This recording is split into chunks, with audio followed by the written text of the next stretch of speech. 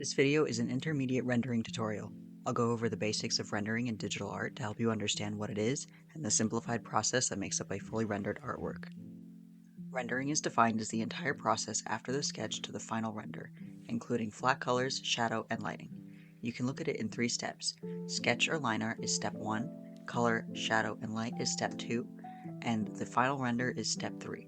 I'll mostly be focusing on the process between steps 2 to 3 in this video. There are different kinds of rendering, including, but not limited to, cell or hard-edge shading, and blended or painterly style, but in this video I'll only be covering the blended style. So to start, let's talk about brushes. To lay down flats, shadow, and light, you only need one hard brush and one airbrush. I just use the default Clip Studio Paint G Pen as my hard brush, and the default airbrush as well. For rendering, you'll want to use a brush that's sort of a mix between hard and soft, and varies in opacity with pen pressure. I recommend using 2 different brushes, one that is a bit bolder for greater ease in laying down color, and one that is a bit softer for blending purposes. The default Clip Studio Paint round mixing brush works well as a rendering brush as it can both lay down color and blend. If you like using texture in your artworks, I'd recommend using the default Clip Studio Paint gouache brush. And as for tools, we'll be covering how to correctly use the smudge or blend tool. It's a very useful tool for rendering, but can be quite tricky to use. Some people think it's amateur or poor practice to use it all, but that's definitely untrue. It's just a tool like anything else. Pen pressure is the next crucial thing to discuss in relation to rendering. Pen pressure works the same digitally as it does traditionally. What it means is that opacity, softness, hardness, thin or bold lines will all be affected by how hard you are pressing down with your stylus. The device and program you use will affect how you render, but most art programs have all the tools you need. Computers and computer art programs like Clip Studio Paint or Photoshop, combined with either a display tablet, which is a tablet with a screen, or a pen tablet which has no screen, will have the most versatility and options for pen pressure and customization. Newer generation iPads and Procreate also have pretty solid pen pressure, but unfortunately it is limited to having an Apple Pencil. To my knowledge, there's no other stylus or digital pen that can provide the same sensitivity and comfort as an Apple Pencil. If you draw on a phone and with a program like IBIS Paint, pen pressure is not something that is available to you. However, rendering is still possible by utilizing opacity settings with your brushes and the blend tool. Here is a drawing where you can compare what I'll call the foundation on the left to the rendered artwork on the right. This is a more detailed look at the process between steps 2 and 3 that I was talking about before. In order to begin rendering, you should have your flats, your shadow, and your lighting blocked out. Here, I use the hard brush to block in my shadows, and the airbrush for my light. In this stage and in the sketch, nothing has to be neat or perfect. Just keep in mind that the messier you make these stages, the more rendering and adjusting you'll have to do later on. I recommend starting from a gray base underneath your sketch, and from there you can go in a few different directions. You could go straight in with your flats, shadows, and lighting, or you could skip the flat colors and do your shadows and lighting in grayscale, and then go on to render in grayscale as well, which is a method that helps with getting the values right, and then you just add in your colors using blending modes and correction layers later on. You can check out this article on our website for an in-depth tutorial on how grayscale to color works. Before we get into the rendering techniques, I want to touch a little on how you should use your layers while rendering. There are a few different ways to do this, and it's up to personal preference. You can render everything on one layer, which helps keep things simple and easy to make large compositional changes, but can also make it difficult to adjust individual parts of the artwork, like color adjusting only the hair, for example. Or you could do it on separate layers.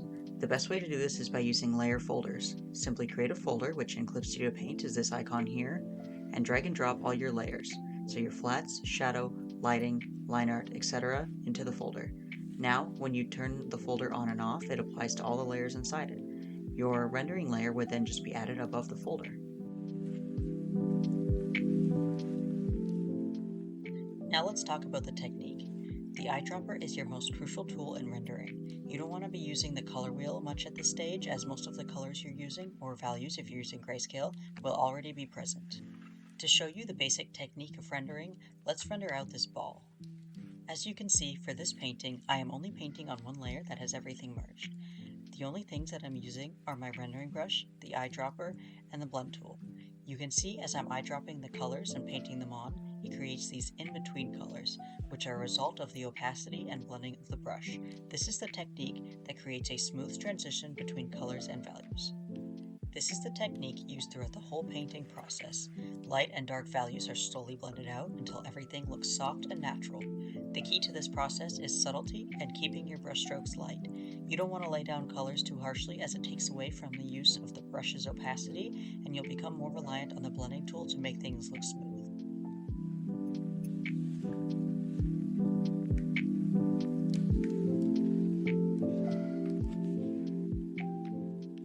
The only times I use the color wheel in this process were for adjustments, to add in some darker shadows, some warm pink to the midtone where I thought it was too dull, and to brighten my highlights where some of it was lost in the blending. You can see that I never used the color wheel while I was blending. That was fully done with the eyedropper.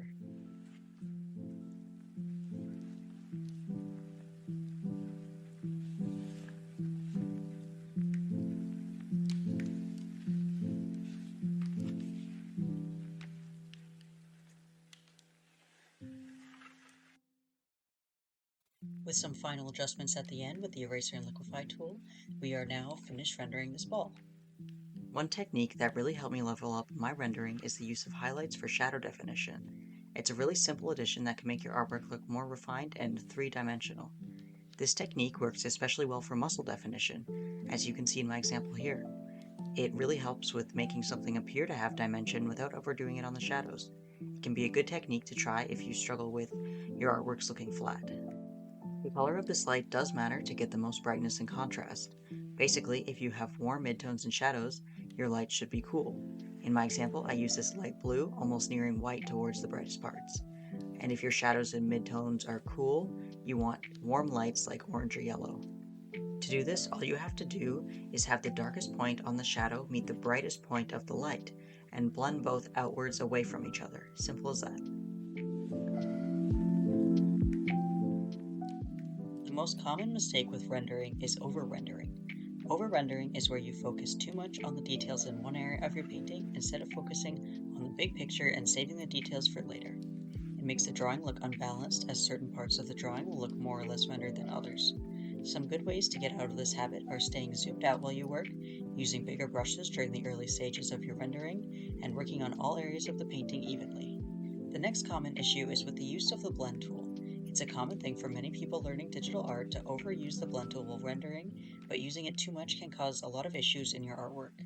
Going back to our ball, let's see what would happen if we only rendered this with the blend tool.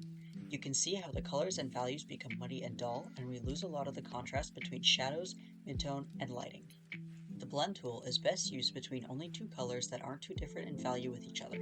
For example, rendering blush on skin is a good place to use the blend tool, as the difference in value and color will usually be subtle, and subtlety is what you want when using the blend tool. Going back to this example drawing, let's look at some other common mistakes with shadow and lighting. Adding too much shadow to a piece where the environment and lighting doesn't necessarily call for it can also make an artwork look muddy, and it makes it difficult to tell where the light source is even coming from. On the opposite side of this is adding too much light. It can make your piece look washed out if applied unintentionally, and gets rid of a lot of important contrast between values.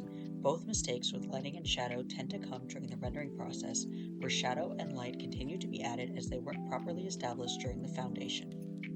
One final mistake I want to touch on is also very common, which is rendering individual hair strands. Even in realism, individual strands are usually never painted. Since hair is usually recommended to be drawn in ribbon-like sections, the same is true for rendering hair. Instead of individual strands, you want to build each section from dark to light, starting from your shadows and working towards highlights, and break apart the sections as well as utilizing differences in line weight to give the illusion of hair.